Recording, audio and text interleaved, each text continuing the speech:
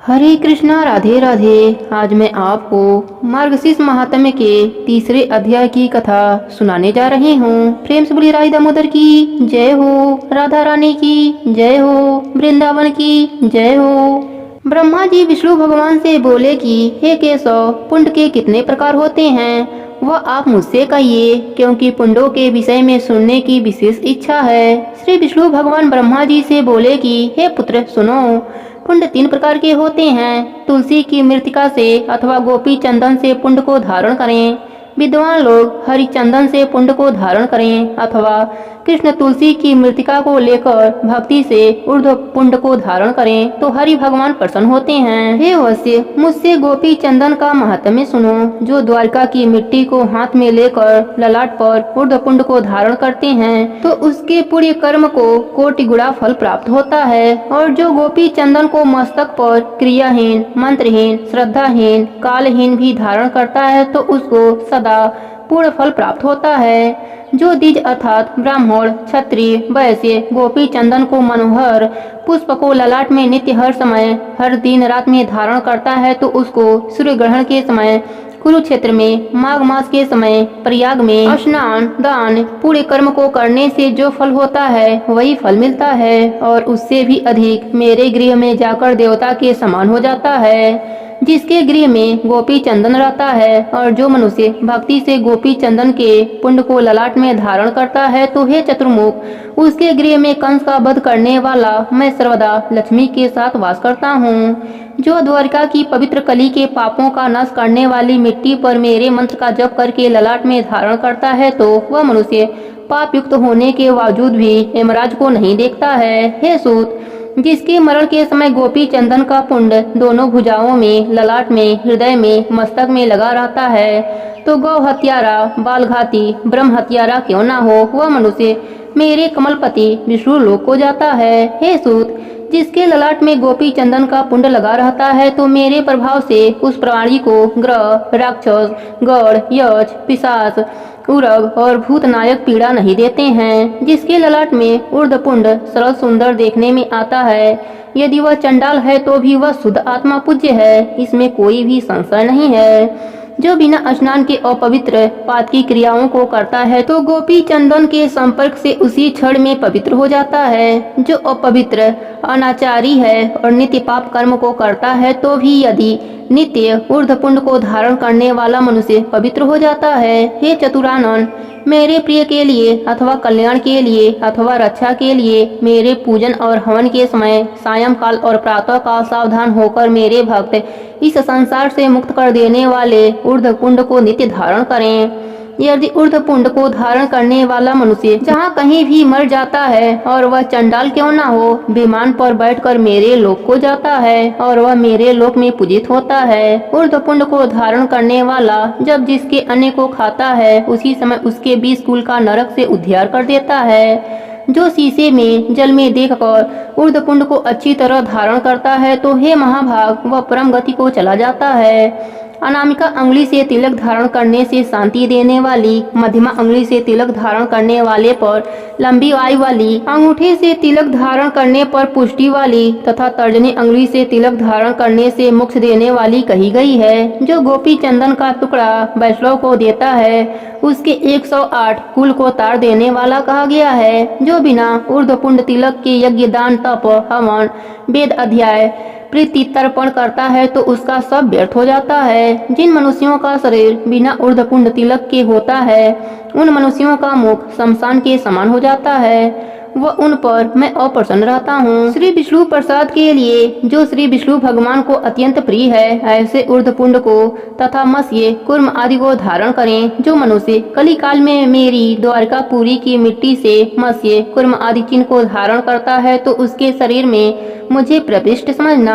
हे त्रिदोषम, उस पुरुष में और मेरे में उसका श्रेय चाहने वाला कुछ भी अंतर न करे। जिसके शरीर में मेरे अवतार के चिन्ह देखने में आवे वह मनुष्य नहीं है, बल्कि उसको मेरा शरीर जानना चाहिए। उस शरीरधारी का पाप पुण्य स्वरूप हो जाता है। कलयुग के समय में जिसके शरीर में लिखित मेरे आयुध देखने में आते हैं, जिसका शरीर मत्स्य मुद्रा और कुर्म मुद्रा से चिन्हित है, उसके शरीर में मेरा तेज रहता है। जो मनुष्य अपने शरीर में शंख, पद्म, गदा, चक्र, मत्स्य और कूर्म की रचना करता है तो उसके पुण्य की वृद्धि और 100 जन्म के अर्जित पापों का मैं नाश कर देता हूँ। जिसका शरीर नारायण के आयुधों से नित्य चिन्हित रहता है तो पाप कोटि से युक्त भी उस मनुष्य को यमराज कुछ भी नहीं कर सकते, अर्थात कुछ भी उसका नुकसान नहीं कर सकते हैं। शंखोद्यार तीर्थ में कोटि जन्मवास करने वाले को जो फल मिलता है वह फल अपने दक्षिण हाथ में शंख धारण करने वाले को प्रतिदिन मिलता है। पुष्कर तीर्थ में पुंडरीकाक्ष के दर्शन से जो फल कहा गया है उससे कोटि गुणा अधिक फल शंख के ऊपर कमल का चिन्ह धारण करने वाले को होता है। कलयुग में जिसके वाम भुजा में गदा का चिन्ह लिखा रहता है उसको गदाधर भगवान गया श्राद्ध के पुण्य को प्रतिदिन देते हैं। अनंतपुरी में चक्र स्वामी के पास लिंग दर्शन से जो पुण्य होता है वह फल अपने शरीर में गदा और चक्र को लिखने से होता है। जिसका शरीर गोपी चंदन से रचित मेरे आयुधों से चिन्हित है वह प्रयाग आदि तीर्थों में जाकर क्या करेगा, अर्थात उन तीर्थों में जाने का जो फल है वह फल उसे मिल जाता है। मैं जब जब शंख चक्र आदि से चिन्हित शरीर को देखता हूँ तो तब तब मैं प्रसन्न होकर उसके पापों को अवश्य नष्ट कर देता हूँ।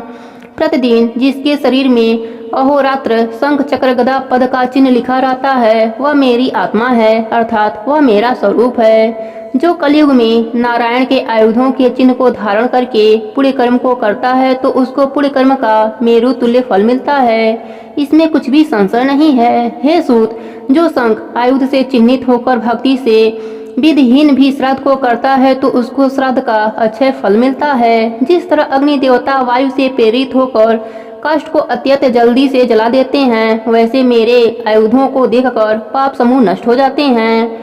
ओम नारायणाय नमः। इस अष्टाक्षर मंत्र से युक्त मुद्रा को और स्वर्ण या चांदी से बने मेरे शंख आदि आयुधों को विशेष रूप से कलिकाल में धारण करता है तो वह प्रसाद के समान मेरा प्रिय है, अर्थात अन्यथा मेरा प्रिय नहीं है। नारायण की मुद्रा और शंख चक्र आदि के चिन्ह तथा आंवला फलों की माला और तुलसी काष्ठ की माला को तथा द्वादशाक्षर मंत्र ओम नमो भगवते वासुदेवाय को और आयुधों को जो ब्राह्मण धारण करता है वह वैष्णव मेरे समान है। जिसके गृह में शंख के चिन्ह से चिन्हित शरीरधारी ब्राह्मण भोजन करते हैं, हे पुत्र, उनके अन्य को मैं पितरों के साथ भोजन करता हूँ। जो श्री कृष्ण के आयुधों से चिन्हित शरीरधारी को देखकर उसका सम्मान नहीं करता है उसके 12 वर्ष के अर्जित पुण्य नष्ट हो जाते हैं। यदि श्री कृष्ण के आयुधों से चिन्हित शरीरधारी शमशान में मर जाता है तो हे मानव, प्रयाग में जो गति कही गई है वही गति उसको मिलती है। कलयुग में जिसका शरीर मेरे आयुधों से मंडित रहता है उसके शरीर में इंद्र आदि समस्त देवता वास करते हैं। जो मेरे शास्त्रों में अंकित होकर मेरी पूजा करता है उसके हजारों अपराधों को मैं नित्य नष्ट करता हूँ। जो कष्ट से मेरे शास्त्रों को पासा बनाकर उस पासा से अपने शरीर को चिन्हित करते हैं उसके समान दूसरा वैष्णव नहीं है। जो ओम नारायणाय नमः इस अष्टाक्षर मंत्र की धातु की बनी हुई मुद्रा और शंख पद आदि की मुद्रा को अपने हाथ में धारण करता है वह सुर और असुर से पूजित होता है। प्रथम इस नारायणी मुद्रा को अपने हाथ में प्रहलाद ने, विभीषण ने, बलि ने, ध्रुव ने, शुक्र ने, मंधाता ने, अम्बरीश ने, मार्कंडे आदि ब्राह्मण ने धारण किया था और शंख आदि से चिन्हित शास्त्रों से शरीर को चिन्हित करके हे मानव इस तरह मेरी आराधना करके मुझको प्राप्त किया तथा श्रेष्ठ अभिलक्षित फल को प्राप्त किया। गोपी चंदन की मिट्टी से जिसका शरीर चिन्हित है और शंख चक्र आदि पद से चिन्हित है मैं उसके शरीर में वास करता हूँ। बुद्धिमान विद्वान स्वर्ण अथवा चांदी अथवा तांबा अथवा कांसा अथवा लोहे का चक्र बनाकर धारण करे और वह चक्र 12 आरा तथा 6 कोस की 3 बलि से विभूषित हो। इस प्रकार विद्वान सुदर्शन चक्र को बनावे और उपयुक्त के समान सदा शंख चक्र गदा को धारण करे। विशेष करके ब्राह्मण और वैष्णव लोग इस चक्र के चिन्ह को शिखा उपवीत जनेऊ के समान धारण करें। चक्र के चिन्ह से जिस ब्राह्मण के शरीर रहित है उसका समस्त कर्म निष्फल है और जिसका शरीर मेरे चक्र से चिन्हित है वह पवित्र है। यह वेद का वचन है। विद्वान को चाहिए कि जो कुछ भी देवताओं को चढ़ाई हुई वस्तु व पितरों को चढ़ाई हुई वस्तु चक्रांडित को देवे और चक्र चिन्ह कवच को देवता दानव भी नहीं तोड़ सकते हैं तथा वह मनुष्य समस्त प्राणी और शत्रु तथा राक्षसों से विजय पाता है। जिसके शरीर में मेरा चक्र चिन्ह कवच रहता है उसके घर में पुत्र पौत्र का अशुभ नहीं होता।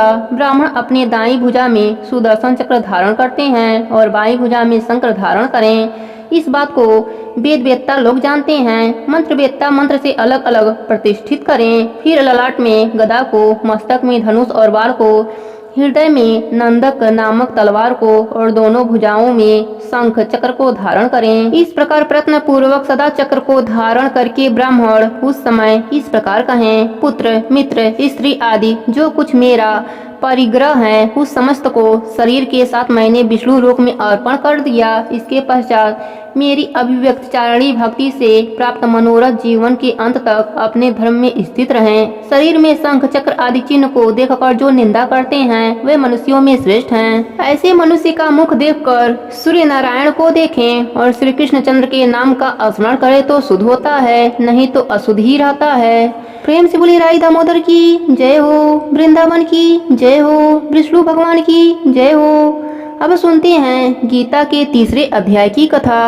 संजय ने धृतराष्ट्र को युद्ध भूमि का आगे का विवरण सुनाते हुए कहा, हे राजन, जब भगवान श्री कृष्ण अर्जुन को युद्ध करने हेतु धनुष बाण उठाने के लिए कह रहे थे तब अर्जुन दुविधा में पड़ गया। एक ओर मोक्ष और कल्याण का मार्ग था तो दूसरी ओर युद्ध। वह बोला कि हे केशव, एक ओर आप ज्ञान को श्रेष्ठ बता रहे हैं तथा दूसरी ओर मुझे युद्ध करने के लिए भी प्रेरित कर रहे हैं। मुझे ज्ञान और युद्ध के दोहरे पर खड़ा करके मेरी बुद्धि को भ्रमित न कीजिए। कहाँ ब्रह्म ज्ञान और कहाँ युद्ध की भिषिकता, यह दोनों ही विपरीत दिशाएं हैं। मैं भ्रमित हो रहा हूँ। एक बात ही आप निश्चय करके कहें जिससे मेरा कल्याण हो।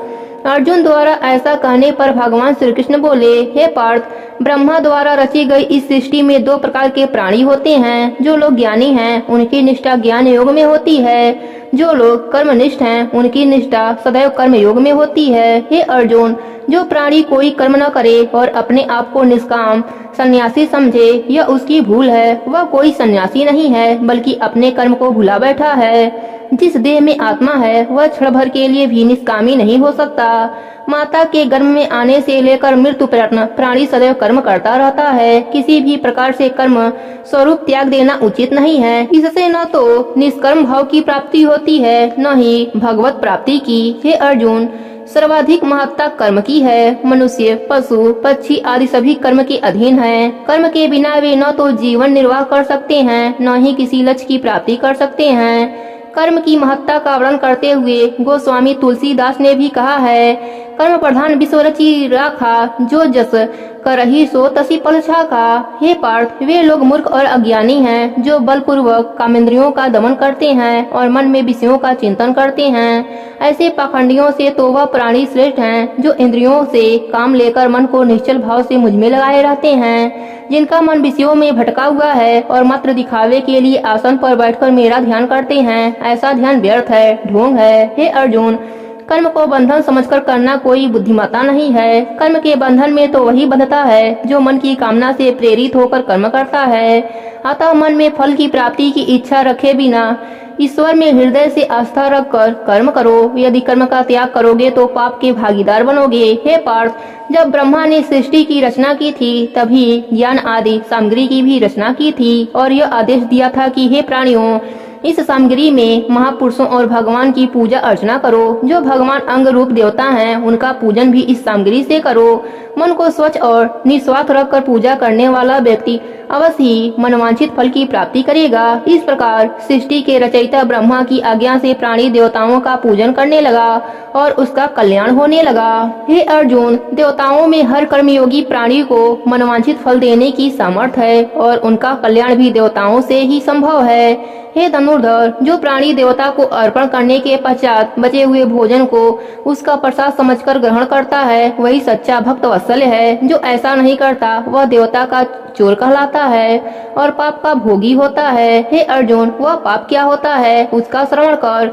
जो मेरा स्मरण किए बगैर भोजन करता है वह पांव के नीचे दबाकर छोटे छोटे कीड़े मकोड़े को मार देने के समान पाप करता है। वह पाप भोगी है। हे पार्थ, प्राणियों की उत्पत्ति अन्न से होती है। पुरुष द्वारा अन्न खाने से उसके शरीर में वीर्य बनता है और स्त्री द्वारा अन्न खाने से उसके शरीर में रज की उत्पत्ति होती है। रज और वीर्य के संपर्क से शरीर की रचना होती है। शरीर की उत्पत्ति अन्न से होती है और अन्न की उत्पत्ति मेघ से होती है।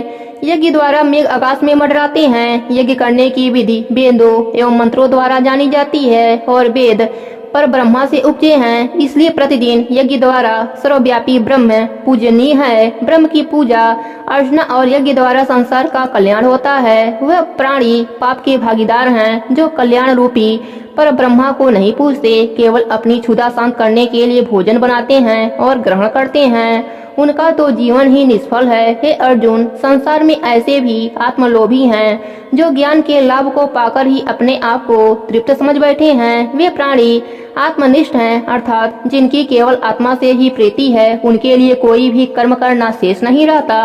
यदि वे कोई कर्म करते भी हैं तो लोकहित के लिए ही करते हैं। आत्मनिष्ठ अथवा आत्मज्ञाता का सृष्टि के अन्य जीवों से किसी भी प्रकार का कोई प्रयोजन नहीं रखता। इसलिए हे अर्जुन, तुम भी प्रतिदिन आसक्ति रहित कर्म करो। आसक्ति रहित कर्म से ही परम तत्व की प्राप्ति होती है। हे अर्जुन, राजा जनक आदि से लेकर बहुत से प्राणी सिद्धि अवस्था को प्राप्त हुए हैं, जिन्होंने आसक्ति रहित कर्म के द्वारा ही अपना कल्याण किया है। इसलिए हे पार्थ, तुम्हारे लिए भी कर्म करना ही शुभनीय है। यह सर्व विदित है कि श्रेष्ठ पुरुषों के आचरण का ही अन्य लोग भी अनुसरण करते हैं। जिन आदर्शों का स्थापना श्रेष्ठ पुरुष करते हैं, वही आदर्श भावी पीढ़ी के लिए कल्याणकारी सिद्ध होते हैं। हे कुंती पुत्र, तीनों लोकों में मेरे करने योग्य कोई कर्म नहीं है। यदि मैं सत्कर्म करूंगा तो कोई पुण्य नहीं होगा और यदि करूंगा तो कोई पाप नहीं होगा। फिर भी मैं संसार के कल्याण के लिए स्नान, संध्या, गायत्री, तर्पण आदि करता हूँ। गाय और ब्राह्मण जनों को पूजनीय मानता हूँ तथा माता पिता की सेवा करना अपना कर्तव्य समझता हूँ। इन सब के अतिरिक्त भी अन्य शुभ कर्म करता हूँ, केवल इसलिए कि मेरे प्रेरणा पाकर सांसारिक लोग भी सत्कर्म करें। यदि मैं अपना इस कर्तव्य निष्ठा में आलस करूँगा अथवा शुभ कर्मों का त्याग करूँगा तो सांसारिक लोग भी निष्कर्म हो जाएंगे। इसलिए सांसारिक लोगों के कल्याणार्थ के लिए सत्कर्म करने शुभनीय हैं। यदि मैं कर्महीन हो जाऊंगा तो सांसारिक लोग भी कर्महीन और पथभ्रष्ट हो जाएंगे। हे अर्जुन, मेरे कहने का तात्पर्य है कि जिस मार्ग पर मैं चलूंगा उसी मार्ग का अनुसरण सांसारिक लोग भी करेंगे। यदि मैं ऐसा नहीं करूंगा तो प्रजापालक कैसे कहलाऊंगा। हर प्राणी में मैं विराजमान हूँ। मैं संसार के किसी भी प्राणी को कर्महीन होते नहीं देखना चाहता। हर प्राणी नारायण की मूर्ति है, अतः प्राणी के पथ्युचित होने से वह पाश्विक वृत्ति का हो जाएगा और सत्कर्मों की गति क्षति होगी। इसलिए मैं सत्कर्म करता हूँ। हे अर्जुन, आसक्ति रहित ज्ञानी को भी आसक्त प्राणियों की भांति लोकहित के निमित्त कर्म करते रहना चाहिए। विवेकी प्राणी चाहे सिद्ध अवस्था को ही क्यों न प्राप्त हो जाए, तब भी उसका यह कर्तव्य है कि लोगों के कल्याण के निमित्त सत्कर्मों का त्याग न करे। वह अपनी बुद्धि तथा विवेक से सिद्ध अवस्था को प्राप्त होने का प्रयास करे। सत्कर्मों की कदापि निंदा न करे। हर प्राणी सिद्ध अवस्था को प्राप्त नहीं होता, अतः जो प्राणी सिद्ध अवस्था को प्राप्त हुए हैं वे अन्य संसारिक लोगों को सत्कर्मों के भ्रष्ट न करें। यह मेरा आदेश है। जिन प्राणियों के बुरे अथवा भले कर्म होते हैं वह यह सांसारिक इंद्रियों, मोह माया तथा प्रकृति से उत्पन्न होते हैं। उनके हर कर्म अथवा कार्य उनके स्वभाव अनुसार ही होते हैं। हे धनुर्धर अर्जुन, सभी प्राणियों का रक्षक मैं ही हूँ, इसलिए अपने सभी कर्म एकाग्रचित होकर मुझे अर्पित कर दे। हे पार्थ, निष्काम भाव से शोक और मोह का त्याग करके तू युद्ध कर। जितनी भी देहधारी आत्माएं हैं उन सबका ठाकुर अथवा प्रभु मैं ही हूँ, इसलिए मेरा नाम अध्यात्म है। सबकी आत्मा का अधिकारी मैं स्वयं हूँ। हे अर्जुन, प्राणी को राग द्वेष के वशीभूत कदापि नहीं होना चाहिए। अपने ही आत्मा में लीन रहते हुए कर्म करने चाहिए, क्योंकि राग द्वेष मोक्ष मार्ग से सबसे बड़े शत्रु हैं। हे पार्थ, मैं जगत पालन हूँ, अतः तू अपने मन में उत्पन्न हर शोक को मुझे अर्पण कर दे और निराश मत हो, क्योंकि निराशा ही योद्धा की सबसे बड़ी शत्रु है। किसी फल की आशा अपने मन में मत पाल। दिल से चिंता और मोह ममता को त्याग कर युद्ध कर। जो प्राणी मेरे इस मार्ग की निंदा करते हैं या उस मार्ग की दिशा नहीं स्वीकारते वे अज्ञानी, अंधविश्वासी और मूर्ख हैं। हे अर्जुन, जैसे प्रकृति ने प्राणी के अंदर माया को उत्पन्न किया है, वैसे ही उससे कर्म होते हैं। प्रत्येक प्राणी स्वभाव के वश में है, वह स्वयं अपने बस में नहीं है। यह बात गहराई से समझकर किसी को भला अथवा बुरा कहना भी पाप के समान है। भगवान श्री कृष्ण के ज्ञान उपदेश को सुनने के पश्चात अर्जुन ने पूछा, हे केशव, संसार का हर प्राणी इस बात से भली भांति परिचित है कि पाप कर्म दुखों के जन्मदाता हैं, फिर भी वे पाप कर्म करते हैं। ऐसा वह किस कारणवश करते हैं? अर्जुन के इस प्रश्न का उत्तर देते हुए भगवान श्री कृष्ण ने कहा, हे कुंती पुत्र, काम अथवा क्रोध की उत्पत्ति रजोगुण से होती है। जिस प्रकार अग्नि तृप्त नहीं होती, उसी प्रकार काम भी अतृप्त रहता है। यह सुनकर अर्जुन ने कहा, हे केशव, मुझे इस संदर्भ में विस्तार से बताइए कि इसका जन्म कैसे होता है तथा जन्म के बाद यह किस प्रकार विकसित होता है, इसकी आत्मा कैसी होती है। भगवान श्री कृष्ण ने कहा, हे अर्जुन, काम भाव प्राणी का अदृश्य शत्रु है। इसका निवास प्राणी के शरीर, मन और इंद्रियों में होता है। सर्वप्रथम मन में काम की भावना जागृत होती है। इसके पश्चात इंद्रियां सजग हो जाती हैं। परंतु यदि किसी कारणवश काम की पूर्ति नहीं हो पाती, तब प्राणी के मन में क्रोध की भावना जागृत होती है।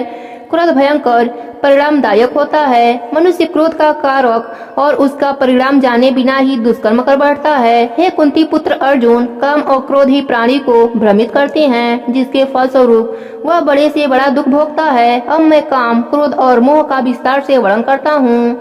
स्त्री का साथ पाकर प्राणी काफी खुश होता है। उसका संग पाकर उसे संतान की प्राप्ति होती है। फिर वह संतान के मोह में अंधा होकर अच्छे बुरे कर्म भूल जाता है। यह तो उसकी स्त्री के संग का फल है। यदि प्राणी परनारी के साथ प्रीति बढ़ाता है या उसके साथ संगति करता है, वह किसी अन्य पुरुष अथवा स्त्री द्वारा देख लिया जाता है, तो यह घोर पाप है। यह राजदंड का अधिकारी होता है। इस प्रकार उसका यह लोक तो बिगड़ता ही है, परलोक भी बिगड़ जाता है। ऐसा करने से उसका चरित्र हनन भी होता है और समाज से बहिष्कृत भी होता है। हे अर्जुन, अब मैं तुम्हें क्रोध से होने वाले हानि के विषय में बताता हूँ। क्रोध कर्म से भरी यह देह जब उबलते हुए दूध की भांति उबलती है, तो प्राणी अपना अच्छा बुरा देखे बिना ही अनर्थ कर बैठता है। क्योंकि क्रोधित प्राणी अंधा होता है, उसे अपना वर्तमान या भविष्य कुछ भी दिखाई नहीं देता। जो अंधा हो चुका है वह गहराई खाई में भी गिर जाता है और पाप के दलदल में भी। यदि क्रोधित अवस्था में उसका पाप बड़ा या भयंकर है, तो राजा उसे दंड देते समय उसका सारा धन भी छीन लेता है। इस प्रकार वह परलोक में यमदूतों की यातना का अधिकारी हो जाता है। हे कौन्तेय, काम और क्रोध भय के प्रतीक हैं। यह हर प्राणी को अपनी ओर आकर्षित करते हैं। यह दोनों पाप और नीचता के कर्म हैं। हे अर्जुन, यह काम क्रोध उसी प्रकार प्राणी के अंदर बैठी कमजोरी की प्रतीक्षा करते हैं, जिस प्रकार चोर मौके की प्रतीक्षा करता रहता है कि कब घर का स्वामी निद्रा मग्न हो और कब मैं अपना कर्म चोरी करूं। यह घर के स्वामी की कमजोरी थी कि वह चोरी के भय से बेखबर हो गया और दुराचारी चोर अपना कार्य कर गया। ठीक उसी प्रकार काम और क्रोध भी प्राणी के अंदर विराजमान कमजोरी की प्रतीक्षा में लगे रहते हैं। प्राणी में यह कमजोरी अज्ञानतावश होती है। मुझे न पहचानने का अज्ञान इनके अंतर्मन में छाया रहता है। अग्नि को धुआं ढक लेता है और धूल दर्पण को ढक लेती है। उसी प्रकार काम और क्रोध ने प्राणी के ज्ञान को ढांप लिया है। यह दोनों ही प्राणी के दुश्मन हैं, इसलिए इनका दमन आवश्यक है। हे अर्जुन, यदि तू समझता है कि यह काम तुझसे नहीं हो पाएगा, तो यह तेरी कायरता और सबसे बड़ी भूल है। सर्वप्रथम तू इंद्रियों को अपने बस में कर, मन बुद्धि और हृदय को बस में कर। मन चंचल होता है। यदि तू उसकी चंचलता को बस में रखेगा, तभी इंद्रियां बस में रहेंगी। काम भाव मन में निवास करके प्राणी को मोहित करता है। इसलिए हे अर्जुन, अब मैं तुझे इंद्रियों को बस में रखने का उपाय बताता हूँ। प्राणी की देह में इंद्रियां चैतन्य रूप से विराजमान रहती है। बुद्धि मन से अलग है और आत्मा बुद्धि से पृथक है। अतः अपनी बुद्धि को सशक्त करके आत्मा के ध्यान में मग्न हो जा। हे पार्थ, जो मनुष्य अपनी बुद्धि और विवेक द्वारा काम क्रोध तथा लोभ पर विजय पा लेता है, उसका रूप बड़ा बलवान होता है। तू अपने बल का प्रयोग करके काम क्रोध आदि दुष्टों का हनन कर। यहीं से तेरी विजय का श्री गणेश होगा। प्रेम से बोले कृष्ण भगवान की जय हो। अब सुनते हैं तीसरे अध्याय का महात्म्य। भगवान विष्णु ने लक्ष्मी जी से कहा, हे लक्ष्मी, अब मैं तुम्हें गीता के तीसरे अध्याय का महात्म्य सुनाता हूँ। ध्यान से सुनो। एक नगर में महामूर्ख तथा धन का लालची एक शूद्र रहता था। उसने तरह तरह के अनर्थ करके धन एकत्रित किए थे। अनर्थ और पाप कर्मों से कमाया गया धन ज्यादा दिन साथ नहीं देता। फलतः वह मांस एवं मदिरा आदि का सेवन करने लगा। धीरे धीरे पाप कर्म से बढ़ाया गया उसका धन समाप्त हो गया। शूद्र काफी दुखी रहने लगा। एक दिन वह मन में धन की इच्छा लेकर चोरी करने की सोच रहा था। उसकी स्त्री तथा पुत्र धार्मिक प्रवृत्ति के थे। उन्हें पाप कर्मों से कमाई गई दौलत से घृणा थी। इसलिए वह उस दिन चोरी की बात मन से निकालकर कहीं नहीं गया। धन का लालची और नीच प्रवृत्ति का पुरुष कुछ क्षण के लिए धर्म अधर्म के मध्य विचरता है, लेकिन सद्बुद्धि या विवेकी उसके पास नहीं होते। शूद्र चोरी करने की आदत के साथ साथ अन्य दुर्व्यसनों से भी ग्रसित था। वह मांस मदिरा के अलावा पराई स्त्रियों के साथ रमण करने का भी शौकीन था। उसे अपना शौक पूरा करने के लिए धन की आवश्यकता भी थी, जो अब उसके पास नहीं था। इसलिए अगले दिन निश्चय करके वह चोरी करने के लिए घर से निकल पड़ा। चलते समय उसने अपनी पत्नी से कहा कि धीरे धीरे धन खत्म हो रहा है, इसलिए मैं व्यापार करने के लिए किसी दूसरे देश में जा रहा हूँ। इतना कहकर वह चला गया, लेकिन चोरी करके लौटते समय रास्ते में कुछ हत्यारों ने उसकी हत्या कर दी और उसका सारा धन लूट लिया। हत्यारे उसके शव को एक वृक्ष की शाखा से बांधकर चले गए। अपनी अकाल मृत्यु के पश्चात शूद्र ने प्रेत योनि पाई। वह एक बट वृक्ष में रहता था और अपनी इस प्रेत योनि से काफी दुखी था। कभी कभी वह उस वृक्ष से निकलकर उसके चारों ओर घूमता और रोता था कि उसका कोई स्वजन आए और उसे इस योनि से मुक्ति दिलाए। उसकी पत्नी धार्मिक प्रवृत्ति की थी। इस बात का स्मरण करके वह कभी कभी सोचता था कि शायद उसकी पत्नी की पूजा अर्चना से उसे एक दिन इस प्रेत की योनि से मुक्ति मिल जाए। जब वह शूद्र चोरी करने गया था और उसकी हत्या हुई थी, उस समय उसका पुत्र काफी छोटा था। धीरे धीरे जब उसका पुत्र बड़ा हुआ तो वह भी माँ की तरह धर्म में आस्था रखने लगा। एक दिन उसने अपनी माँ से पूछा, पिताजी क्या व्यापार करते थे और उनका देहांत कैसे हुआ? माँ ने दुखी मन से कहा, बेटे तेरे पिता के पास काफी धन था, लेकिन घाटा होने के कारण उनका सारा धन जाता रहा। धन न होने के कारण वह काफी दुखी एवं चिंतित रहा करते थे।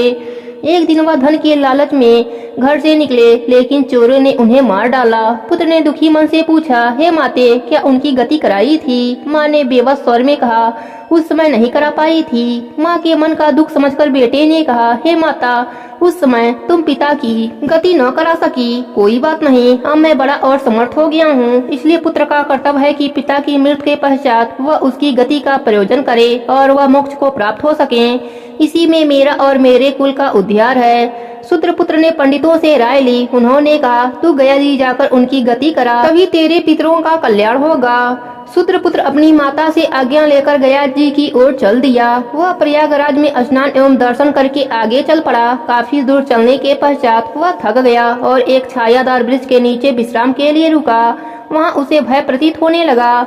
यह वही बट वृक्ष था जहाँ उसके पिता प्रेत योनि में भटक रहे थे। भयभीत होने पर शूद्र पुत्र ने गुरु मंत्र पढ़ा और अपने नियम अनुसार गीता के 3 अध्याय का पाठ किया, जिसे प्रेत योनि में भटकते हुए उसके पिता ने भी सुना। गीता के 3 अध्याय के सुनते ही उसके पिता ने प्रेत योनि से मुक्ति होकर देवदेह पाई। स्वर्ग से एक विमान उतरा और वह उस विमान पर सवार होकर पुत्र के सामने आए और उसे आशीर्वाद देते हुए बोले, हे सुपुत्र, मैं तेरा पिता हूँ, जो मृत्यु के बाद प्रेत योनि को प्राप्त हुआ था। तेरे द्वारा गीता के 3 अध्याय के पाठ से प्रेत योनि से मुक्ति होकर मैंने देवदेह पाई है। अब मेरा उद्धार हो गया है। मैं स्वर्ग लोक को जा रहा हूँ। अब यदि तू गया जी जाना चाहे तो खुशी से जा। वहाँ जाकर भी तो तुझे मेरा उद्धार ही करना था। पिता की बात सुनकर पुत्र ने कहा, हे पिताश्री, मैं आपकी और क्या सेवा कर सकता हूँ? मुझे अपनी सेवा का अवसर प्रदान करो। पुत्र के वचन सुनकर उस देवदेही पिता ने कहा, हे पुत्र, मेरी 7 पीढ़ियों तक के पितर नरक में पड़े हैं, वह बहुत दुखी हैं। अब तू गीता के 3 अध्याय का पाठ करके उनका फल उन्हें दे दे, जिससे उनका भी कल्याण हो। इतना कहकर उसका पिता स्वर्ग की ओर चला गया। तब उस शूद्र पुत्र ने वहाँ गीता के 3 अध्याय का पाठ किया, जिसका पुण्य उसके सब पितरों को प्राप्त हुआ। वे नरक से निकलकर बैकुंठ धाम को चले गए। इस प्रकार नरकवासियों की संख्या कम होते देख यमदूत धर्मराज जी के पास गए और उनसे बोले, हे राजन, नरकवासियों की संख्या काफी घट रही है। जो जन्म जन्मांतर के पापी थे उन्हें भी विमानों में बैठाकर ठाकुर जी के दूत ले गए हैं। यमदूतों के यह वचन सुनते ही धर्मराज जी भगवान विष्णु के पास गए। क्षीर सागर में से सैया पर विराजमान भगवान विष्णु की स्तुति करते हुए धर्मराज ने कहा, हे लक्ष्मीपति, जो प्राणी जन्म जन्मांतर से पापी थे और अपने कर्मों का फल नरक में भोग रहे थे, उन्हें आपके दूत विमानों द्वारा बैकुंठ ले गए हैं। नरक उजाड़ सा हो गया है। लगता है अब हम नरक भोगने का दंड किसे दें और कैसे दें? कृपया हमारी समस्या का समाधान करें। धर्मराज के यह वचन सुनकर भगवान विष्णु ने मुस्कुराकर मुस्कुराते हुए बोले, हे धर्मराज, जो प्राणी मेरा भक्त है अथवा जिसके कुल का कोई भी प्राणी गीता के तीसरे अध्याय का प्रतिदिन पाठ करता है वह वैकुंठ में जाने योग्य हो जाता है। यदि किसी के कुल का कोई भी प्राणी अपने पितरों के निमित्त गीता के तीसरे अध्याय का पाठ करके उसका फल उन्हें समर्पित कर देता है तो वह भी मेरे धाम वैकुंठ को प्राप्त करता है तथा उसका कल्याण होता है। हे धर्मराज, मेरा जो भी भक्त प्रतिदिन गीता के तीसरे अध्याय का पाठ करता हो या श्रवण करता हो उस जीवात्मा को तुम कभी भी नरक की यातना मत देना।